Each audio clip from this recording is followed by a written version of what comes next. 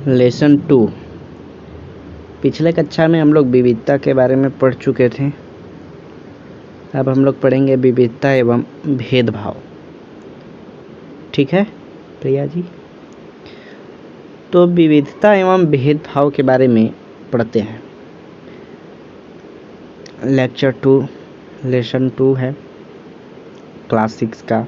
अगर आप लोग पिछला वीडियो नहीं देखे होंगे तो जाकर देख सकते हैं, उसको लिंक दिया होगा डिस्क्रिप्शन में। तो चलिए शुरू करते हैं। पिछले पाठ में आपने विविधता के बारे में पढ़ा। कई बार जो लोग दूसरों से अलग होते हैं उन्हें चिढ़ाया जाता है, उनका मजाक उड़ाया जाता है या फिर उन्हें कई गतिविधियों या समूहों में शामिल नहीं किया जाता। अगर हमारे दोस्त या दूसरे लोग हमारे साथ ऐसा व्यवहार करें तो हमें दुख होता है, गुस्सा आता है और हम असहाय महसूस करते हैं। क्या आपने कभी सोचा है कि ऐसा क्यों होता है? Question mark. इस पाठ में हम यह समझने की कोशिश करेंगे कि ऐसे अनुभव हमारे समाज से और हमारे आसपास मौजूद असमानताओं से कैसे जुड़े हैं। आइए हम देखते हैं। हम क्या हैं और हम कैसे हैं, यह कई चीज़ों पर निर्भर करता है। हम कैसे रहते हैं, कौन सी भाषाएं बोलते हैं, क्या खाते हैं, क्या पहनते हैं, कौन से खेल खेलते हैं और कौन से उत्सव मनाते हैं, इन सब पर हमारे रहने की जगह के भूगोल और उसके इतिहास का असर पड़ता है। अगर आप संक्षेप में ही इन निम्नलिखित बिंदुओं पर ध्यान दें तो भी यह अंदाज़ा लग जाएगा कि भारत कितनी विविधताओं वाला देश है। ठीक है प्रिया जी, समझते चलेंगे। संसार में 8 मुख्य धर्म हैं। मुख्य रूप से संसार में 8 धर्म हैं। भारत में उन आठों धर्मों के अनुयायी यानी मानने वाले रहते हैं। यहाँ 1600 से ज़्यादा भाषाएं बोली जाती हैं जो लोगों की मातृभाषाएं हैं। यहाँ 100 से भी ज़्यादा तरह के नृत्य किए जाते हैं।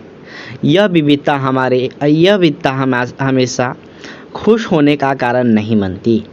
हम उन लोगों के साथ सुरक्षित एवं आश्वस्त महसूस करते हैं जो हमारी तरह दिखते हैं, बात करते हैं, कपड़े पहनते हैं और हमारी तरह सोचते हैं। बात तो एकदम सही कह रहा है। कभी कभी जब हम ऐसे लोगों से मिलते हैं जो हमसे बहुत भिन्न होते हैं तो हमें वे बहुत अजीब और अपरिचित लग सकते हैं। कई बार हम समझ ही नहीं पाते या जान ही नहीं पाते कि वे हमसे अलग क्यों हैं। लोग अपने से अलग दिखने वालों के बारे में खास तरह की राय बना लेते हैं। ये जो है एकदम इंटरव्यू में एकदम 100% एकदम मन काम करेगा इंटरव्यू के लिए। समझे कि नहीं? इनमें से कुछ कथन ग्रामीण लोगों को अज्ञानी की तरह देखते हैं, जबकि शहर में रहने वाले लोगों को आलसी एवं सिर्फ पैसे से सरोकार रखने वालों की तरह देखते हैं। जब हम किसी के बारे में पहले से कोई राय बना लेते हैं और उसे हम अपने दिमाग में बिठा लेते हैं तो वह पूर्वाग्रह का रूप ले लेती है। ज़्यादातर यह राय नकारात्मक होती है। बात तो खैर सही कह रहा है भाई। जैसा कि कथनों में दिया गया है, लोगों को आलसी या कंजूस मानना भी पूर्वाग्रह है। आइए हम देखते हैं पहले पूर्वाग्रह क्या है। पूर्वाग्रह उन कथनों को देखिए जो आपको ग्रामीण एवं शहरी लोगों के बारे में सही लगे। जिन कथनों से आप सहमत हैं उन पर निशान लगाइए। क्या आपके दिमाग में ग्रामीण या शहरी लोगों को लेकर किसी भी प्रकार के पूर्वाग्रह है? Question mark. क्या दूसरे लोगों के दिमाग में भी ये पूर्वाग्रह है? Question mark. लोगों के दिमाग में ये पूर्वाग्रह क्यों होते हैं? Question mark. जिन पूर्वाग्रहों को आपने अपने आसपास महसूस किया है, उनकी एक सूची बनाइए। ये पूर्वाग्रह लोगों के व्यवहार को कैसे प्रभावित करते हैं? ग्रामीण लोग आधे से ज़्यादा भारतीय गांवों में रहते हैं, पहला पॉइंट हो गया। दूसरा पॉइंट हो गया, गांव के लोग आधुनिक प्रौद्योगिकी का इस्तेमाल करना पसंद नहीं करते हैं। मतलब जो है से टेक्नोलॉजी को जो है अडॉप्ट जल्दी गांव के लोग नहीं करते हैं। बात तो खैर सही है। तीसरा पॉइंट अगर हम देखते हैं पूर्वाग्रह के मामले में, तो फसल की बुआई और कटाई के समय परिवार के लोग खेतों में 12 से 14 घंटे तक काम करते हैं। बात तो सही है। ग्रामीण लोग काम की तलाश में शहरों की ओर स्थानांतर करने को बाध्य होते हैं। ये भी सही है। अब शहर से लोग जो है, गांव के लोग जो है से शहर में काम करने के लिए आते हैं। अगर हम शहरी लोगों को देखें तो पहला पॉइंट, शहरी जीवन बड़ा आसान होता है। यहाँ के लोग बिगड़े हुए और आलसी होते हैं। बात तो एकदम 100% सही है। दूसरा पॉइंट अगर हम देखें तो शहरों में लोग अपने परिवार के सदस्य के साथ बहुत कम समय बिताते हैं। ये भी एकदम सही है। और गांव में है कि अगर बैठ गए एक जगह ना तो फिर बात चल रहा है तो लंबा एकदम। और शहर में है कि एकदम 2 मिनट समय नहीं है देने को। तीसरा पॉइंट अगर हम देखें कि शहरी लोग केवल पैसे की चिंता करते हैं, लोगों का नहीं। ये भी सही है। अगर मान लीजिए कि बीच शहर में किसी को चोट लग गया तो फिर वो कोई उठाने नहीं आएगा। यही गांव में रहेगा तो अरे कहाँ हो भाई। तो ये तो भाई सही है। चौथा पॉइंट देखें, शहरों में रहना बहुत महंगा पड़ता है। लोगों की कमाई का एक बहुत बड़ा हिस्सा किराए और आने जाने में खर्च हो जाता है। ये भी सही है। साला यहाँ से मतलब ऑटो पकड़िए, इतना भाड़ा फिक्स बांधा हुआ है, तो ऑटो में भाड़ा और सब्जी सब में ख़त्म हो जाता है आने जाने में। और गांव में है यार, पैदल चलो ना भैया जहाँ चलना है। तो ये हो गया हमारा पूर्वाग्रह। ठीक है। अब देखते हैं, जब हम यह सोचने लगते हैं कि किसी काम को करने का कोई एक तरीका ही सबसे अच्छा और सही है, तो हम अक्सर दूसरों की इज्जत नहीं कर पाते जो उसी काम को दूसरी तरह से करना पसंद करते हैं। क्या कह रहा है कि जब हम यह सोचने लगते हैं कि किसी काम को करने का कोई एक तरीका ही सबसे अच्छा और सही है, तो हम अक्सर दूसरों की इज्जत नहीं कर पाते जो उसी काम को दूसरी तरह से करना पसंद करते हैं। बात तो एकदम सही है। जैसे ही हमारे साथ भी होता है, हमको जो अच्छा लग रहा है वो अच्छा है, अगर वो यही काम दूसरा लोग करता है तो दिक्कत होता है। लगता है यार ये फालतू कर रहे हैं, तो इस पे अमल करने की ज़रूरत है। उदाहरण के लिए अगर हम सोचें कि अंग्रेजी सबसे अच्छी भाषा है और दूसरी भाषाएं महत्वपूर्ण नहीं है, तो हम अन्य भाषाओं को बहुत नकारात्मक रूप से देखेंगे। एकदम सही है। जब अंग्रेजी नहीं आती है या जब अंग्रेजी आती है और हिंदी नहीं आती है तो हिंदी को क्या बोलते हैं फालतू झूठों के, क्या ये सब हिंदी खाली बोलते रहते हैं। या अंग्रेजी नहीं आता है किसी को, क्या झूठों के अंग्रेजी बकले रहते हैं। ये भी सही है। नकारात्मक आता है वर्ड, नेगेटिविटी बढ़ता है। परिणाम स्वरूप हम उन लोगों की शायद इज्जत नहीं कर पाएंगे जो अंग्रेजी के अलावा अन्य भाषाएं बोलते हैं।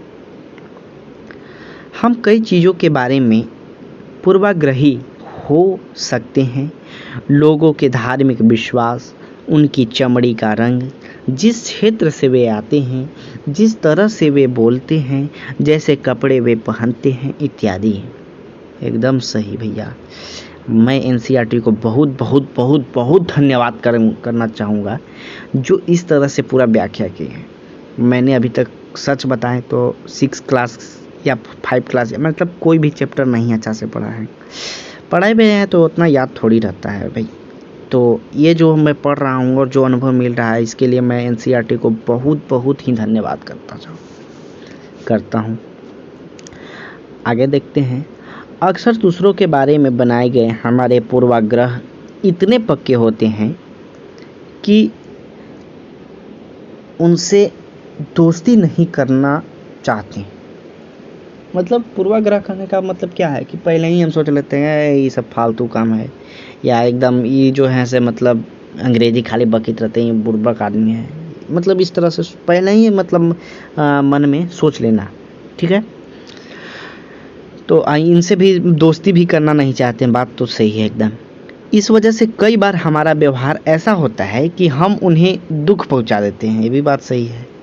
जैसा मान लीजिए कि जानवर है, तो जानवर नहीं बोलता है तो कभी कभी हम लोग भी कुत्ता को मार देते हैं, चाहे कोई भी जानवर हो, उसको उसकी भाषा हम नहीं समझ पाते हैं तो पीट देते हैं। तो ये जो है से दिक्कत है। आगे देखते हैं। अब देखते हैं लड़की और लड़का में भेदभाव। समाज में लड़के और लड़कियों में कई तरह से भेदभाव किया जाता है। हम सभी इस भेदभाव से परिचित हैं। एक लड़का या लड़की होने का अर्थ क्या होता है? Question mark. आप में से कई लोग कहेंगे हम लड़के या लड़की की तरह जन्म लेते हैं, यह तो ऐसे ही होता है, इसमें सोचने वाली क्या बात है? Question mark. आइए देखें कि क्या सच्चाई है। नीचे दिए गए कथनों की सूची में से तालिका को भरिए, अपने उत्तर के कारणों पर चर्चा कीजिए। वे बहुत ही सुशील हैं, उनकी बात करने का तरीका बड़ा सौम्य और मधुर है। वे शारीरिक रूप से बलिष्ठ हैं, वे शरारती हैं, वे नृत्य करने और चित्रकारी में निपुण हैं, वे रोते नहीं हैं, वे उद्यमी हैं, वे खेल में निपुण हैं, वे खाना पकाने में निपुण हैं, वे भावुक हैं। अब अगर हम इन शब्दों को लड़का और लड़की में बांटें तो किस तरह से बांटेंगे? तो वे बहुत ही सुशील हैं। इसको किस तरह से लिखेंगे? लड़का में लिखेंगे या लड़की में? तो सुशील जो है से जो मतलब मानसिकता होता है लड़का और लड़की का, उसी तरह से हम बताएंगे। तो सुशील में जो है से लड़का हो जाएगा, वे बहुत ही सुशील हैं। उनका बात करने का तरीका बड़ा सौम्य और मधुर है, ये लड़की को बोला जाता है। वे शारीरिक रूप से बलिष्ठ है, ये लड़का को बोला जाता है। वे शरारती हैं, ये लड़की को बोला जाता है, या ये लड़का को भी बोलते हैं, वह शरारती हैं। वे नृत्य करने और चित्रकारी में निपुण हैं, ये लड़की को बोला जाता है। वे रोते नहीं हैं, ये लड़का को बोला जाता है बचपन से ही कि लड़के रोते नहीं हैं। वे उद्यमी हैं, ये लड़की को। वे खेल में निपुण है, ये लड़का को। क्रिकेट हॉकी खेलने में निपुण लड़का रहता है। वे खाना पकाने में निपुण है, ये जो है से लड़की को। वे भावुक हैं, ये भी लड़की के लिए ही है। लड़का भावुक भी नहीं होता है भाई। तो इस तरह से जो है से लड़का और लड़की में जो है से हमारा समाज अंतर करता है। तो इसमें अब तो काफ़ी देखा गया है परिवर्तन। तो इस तरह से जो है से हमारा समाज अंतर करता है। लोग तरह तरह की बातें करते भी हैं, जैसे मैं लंगड़ाता हूँ, मेरी बोली लड़खड़ाती है, इसके अलावा और भी कुछ, बहुत कुछ। कभी मैं उदास हो जाता हूँ तो कभी दुखी। लोग मेरा मजाक उड़ाते हैं, यह नई बात नहीं। अगर तुम मेरी जगह होती तो क्या करते? ये आपसे क्वेश्चन पूछा है। ठीक है, तुम दूसरों से कितनी अलग दिखती हो, इसके बारे में। मैं एक इंसान हूँ, मुझे शर्म आती है, घूरती आंखों से मैं छिप जाना चाहती हूँ। बात तो एकदम सही कह रहा है। क्या उसका दिमाग सही है? Question mark. सिर्फ इसलिए कि मेरी टांगें डगमगाती हैं, लोग सोचते हैं कि मेरा दिमाग भी डगमगाता है।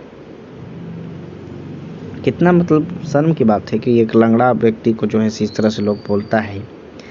वो बेचारा बोल रहा है कि मैं एक इंसान हूँ भैया, मुझे शर्म आती है, घूरती आंखों से मैं छिप जाना चाहता हूँ। जब उसको लोग लंगड़ा, लूल्हा, लड़खड़ाना इस तरह से बुलाते हैं, सही बात है, कोई भी को अच्छा नहीं लगेगा।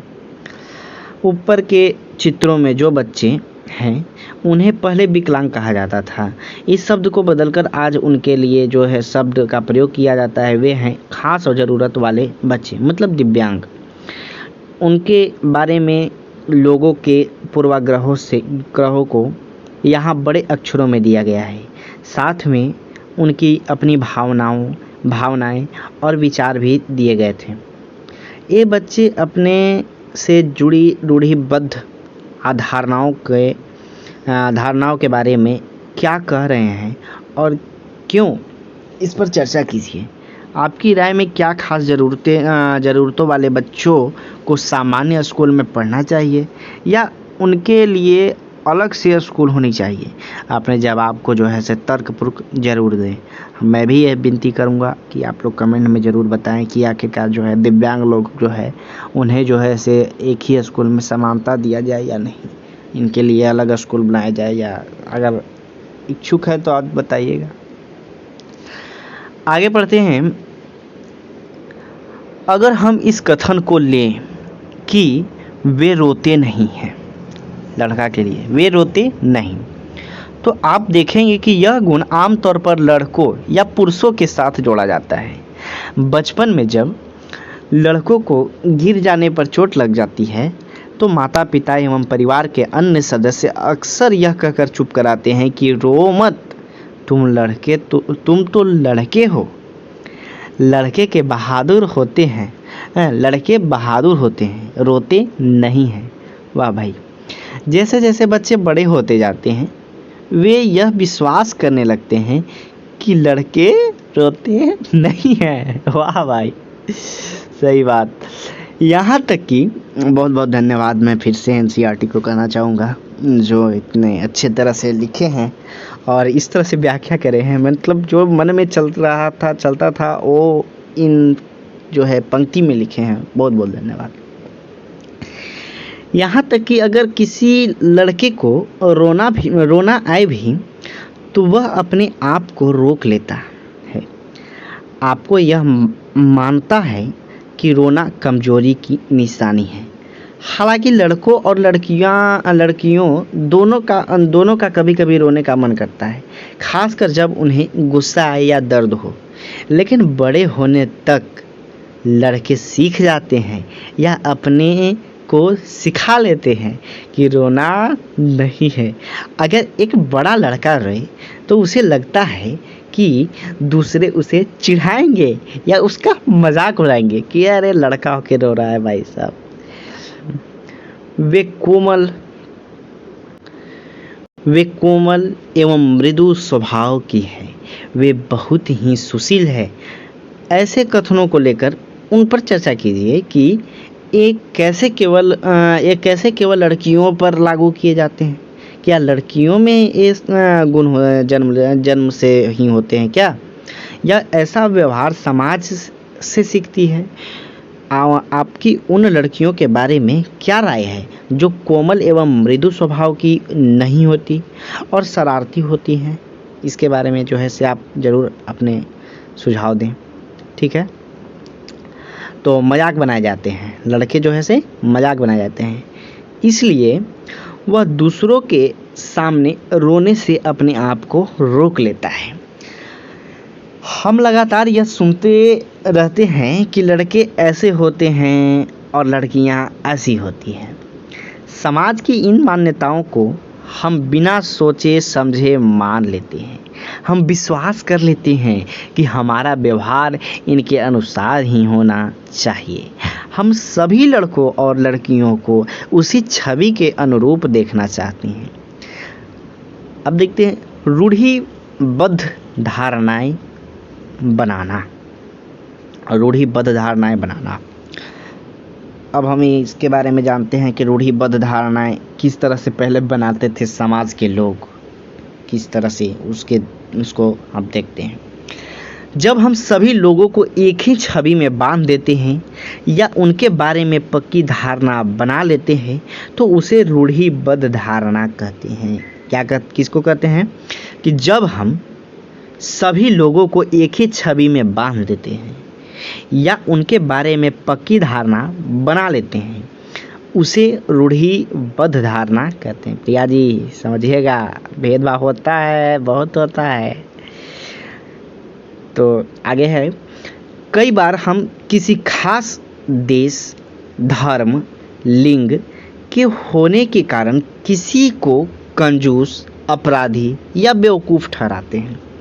ऐसा दरअसल उनके बारे में मन में एक पक्की धारणा बना लेते हैं। धारणा बना लेने के कारण होता है। हर देश, धर्म आदि में हमें कंजूस, अपराधी, बेवकूफ़ लोग मिल ही जाते हैं, सिर्फ इसलिए कि कुछ लोग उस समूह में वैसे हैं। पूरे समूह के बारे में ऐसी राय बनाना वाजिब नहीं है। जैसे बिहार में जो है से खाली चोर भरल है, एक आध दो चोर मिल गया तो पूरा बिहार के चोर, मतलब वो कहा जाता है ना कि तालाब में जो है एक मछली अगर रहता है तो पूरे तालाब को गंदा कर देती है, बस वही बात है। तो उसी तरह से धारणा इस तरह से नहीं बनाना चाहिए। बिहार में भी बहुत अच्छे अच्छे लोग रहते हैं और यूपी में भी अच्छे अच्छे लोग रहते हैं, ठीक है। तो ऐसी धारणा बनाने का नहीं। तो कह रहा है कि सिर्फ इसलिए कि कुछ लोग उस समूह में वैसे हैं, पूरे समूह के बारे में ऐसी राय बनाना वाजिब नहीं है।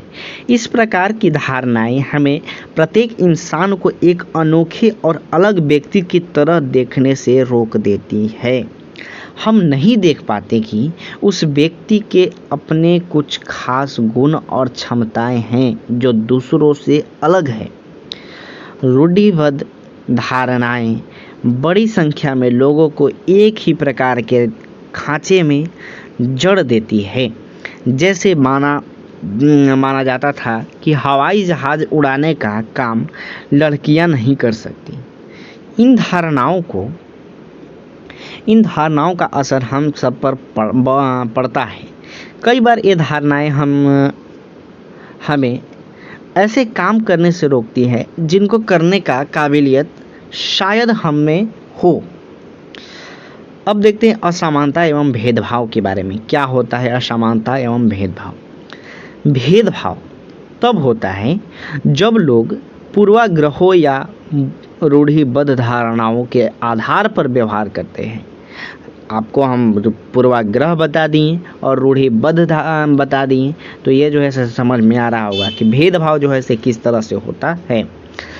अगर आप लोगों को नीचा दिखाने के लिए कुछ करते हैं, अगर आप उन्हें कुछ गतिविधियों में भाग लेने से रोकते हैं, किसी खास नौकरी को करने से रोकते हैं या किसी मोहल्ले में रहने नहीं देते, एक ही कुआं या हैंडपंप से पानी नहीं लेने देते और दूसरों द्वारा इस्तेमाल किए जा रहे कप या गिलास में चाय नहीं पीने देते, तो इसका मतलब है कि आप उनके साथ भेदभाव कर रहे हैं।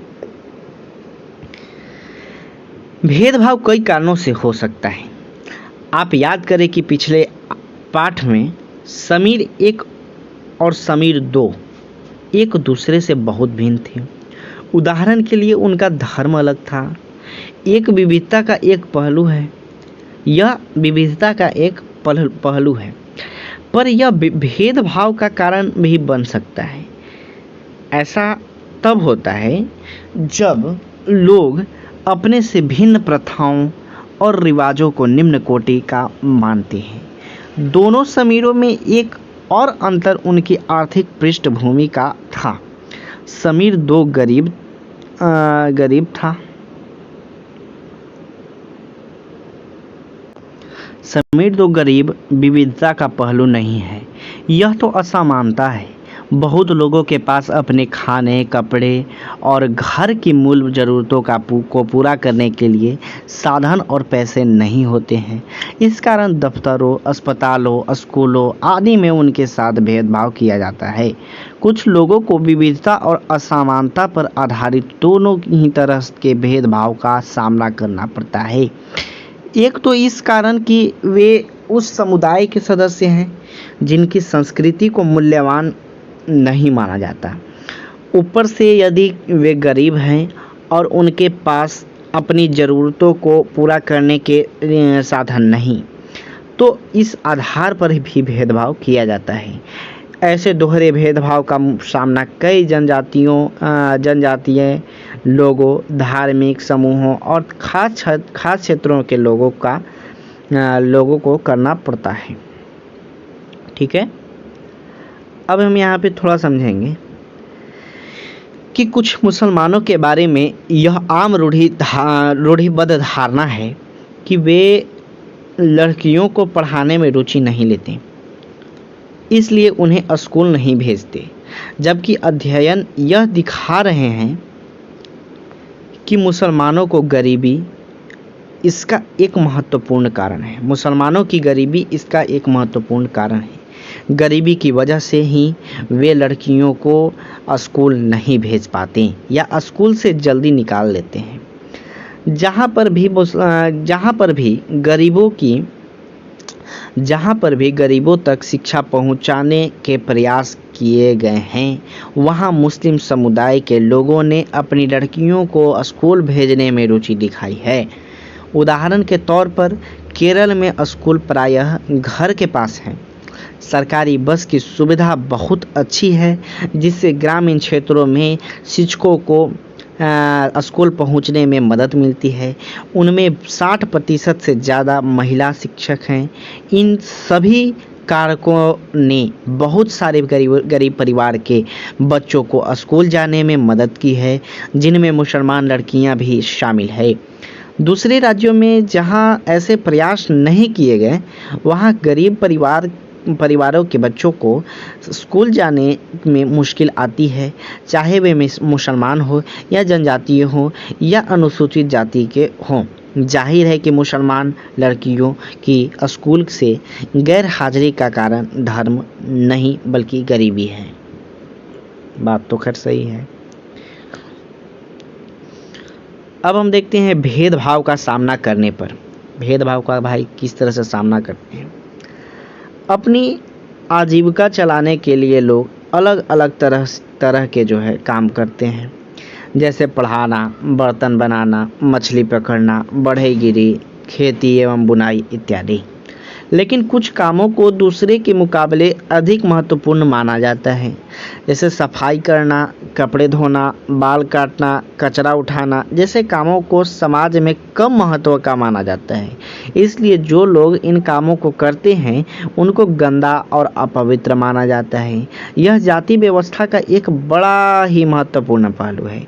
जाति व्यवस्था में लोगों के समूहों को एक तरह की सीढ़ी के रूप में रखा गया है, जिसमें एक जाति दूसरी जाति के ऊपर या नीचे थी। जिन्होंने अपने आप को इस सीढ़ी में सबसे ऊपर रखा, उन्होंने अपने को ऊंची जाति का और उत्कृष्ट कहा। जिन समूहों को इस सीढ़ी के तले में रखा गया उनको जो है अछूत और अयोग्य कहा गया। जाति प्रथा के नियम एकदम निश्चित थे। इन अछूतों को दिए गए काम के अलावा और कोई काम करने की इजाज़त नहीं थी। उदाहरण के लिए कुछ समूहों को सिर्फ कचरा उठाने और मरे हुए जानवरों को गांव से हटाने का इजाज़त थी।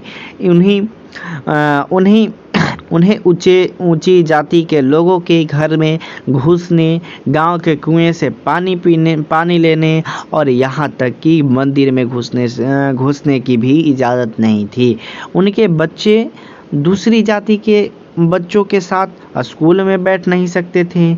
इस तरह ऊंची जाति के लोगों को जो अधिकार हासिल था उससे उन्होंने तथाकथित अछूतों को वंचित रखा। एकदम सही बात कहा गया है।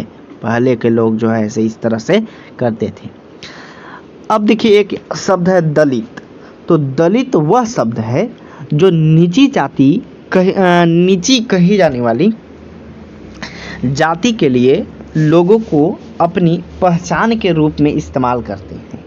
वे इस शब्द को अछूत से ज़्यादा पसंद करते हैं। दलित का मतलब है जिन्हें दबाया गया, कुचला गया। दलितों के अनुसार यह शब्द दर्शाता है कि कैसे सामाजिक पूर्वाग्रहों और भेदभाव ने दलित लोगों को दबाकर रखा है। सरकार ऐसे लोगों को अनुसूचित जाति के वर्ग में रखती है। तो यह जो है एकदम बहुत ही महत्वपूर्ण बात थी। तो इसके बारे में जो है मैंने बताया।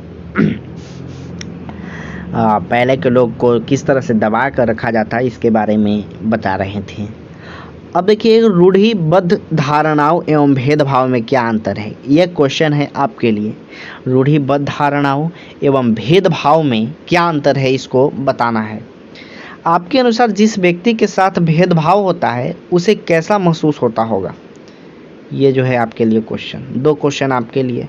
आप अपना जो है इसे घर पर लिख के सोच समझ के बनाइएगा।